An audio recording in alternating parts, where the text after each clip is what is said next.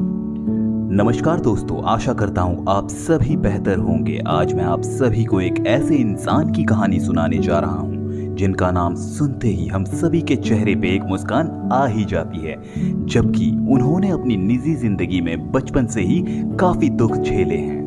जी हाँ दोस्तों, मैं बात कर रहा हूँ हॉलीवुड के comic actor, film director, producer Charlie Chaplin की। तो दोस्तों, इस सफर की शुरुआत हुई थी 16 अप्रैल 1889 लंदन के यूनाइटेड किंगडम में, जहां चार्ल्स स्पेंसर चैपलिन का जन्म हुआ था। उनके पिता का नाम चार्ल्स चैपलिन सीनियर और उनकी मां का नाम हाना चैपलिन था। वो दोनों ही कलाकार थे और यही उनकी आमदनी का एकमात्र जरिया था और वो इसी से लोगों का दिल बहलाया करते थे।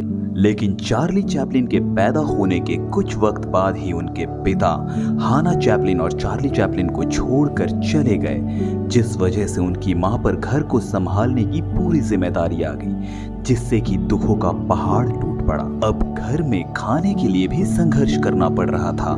उस दौरान चार्ली जब छोटे थे तो उनकी मां स्टेज में शो कर रही थी। तभी अचानक उनकी मां की आवाज चली जाती है। उसके बाद वहां पर मौजूद लोगों ने हंगामा शुरू कर दिया जो शो देखने आए थे। हंगामा कुछ इस कदर बढ़ गया, तब प्रोडक्शन मैनेजर को कुछ नहीं सूझा और उसने चार्ली को स्टेज पर चढ़ा दिया। उसके बाद चार्ली ने स्टेज में एक्ट किया और सब कुछ सामान्य हो गया। और हाँ, ये चार्ली के जिंदगी का पहला एक्ट था जिसे देखकर लोग खूब हंसे। और हाँ दोस्तों, उनकी माँ की गई हुई आवाज और कभी वापस नहीं आई। वक्त गुजरता गया और चार्ली का परिवार बुरे हालात में चला गया। कुछ समय बाद चार्ली की मां की हालत और ज्यादा खराब हो गई। वो मानसिक तौर पे बीमार हो गई और उन्हें पागल खाने भेज दिया गया। उसके बाद चार्ली के पास अब कोई उपाय नहीं था, उन्हें अपनी देखरेख खुद करनी थी। इसीलिए उन्होंने 8 साल की उम्र से स्टेज शो करना शुरू कर दिया।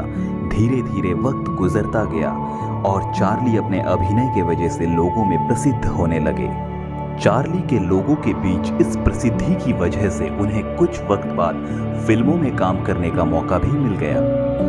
1913 में न्यूयॉर्क मोशन पिक्चर नामक एक प्रोडक्शन हाउस ने उनके अभिनय के इस प्रतिभा को पहचानते हुए उनके साथ एक कॉन्ट्रैक्ट साइन किया और उसके बाद ही 1914 में चार्ली की पहली film I, making a living.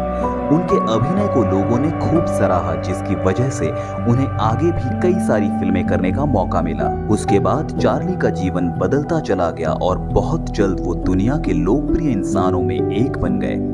वो 1914 का साल था जब उन्होंने अपनी डेब्यू फिल्म डायरेक्ट की, जिसका नाम था कॉट इन द रेन, जो कि लोगों ने बहुत पसंद की। उसके बाद चार्ली अपनी ज्यादातर फिल्में खुद ही डायरेक्ट किया करते थे। जहां तक चार्ली चैपलिन की निजी जिंदगी की बात है, वो हमेशा से ही काफी विवादों में रही। जो हम जानते हैं और जो हमने सुना है, उसके मुताबिक उन्होंने कुल 4 शादियां की थी। और दोस्तों, अंत में इस महान कलाकार ने 25 दिसंबर 1977 स्विट्जरलैंड में अपनी आखिरी सांसें ली। वो कहते हैं ना, एक महान इंसान संघर्षों से गुजर के ही महान बनता है। दोस्तों, अगर आपको हमारी वीडियो पसंद आई तो वीडियो को अपना प्यार जरूर दें। नमस्कार।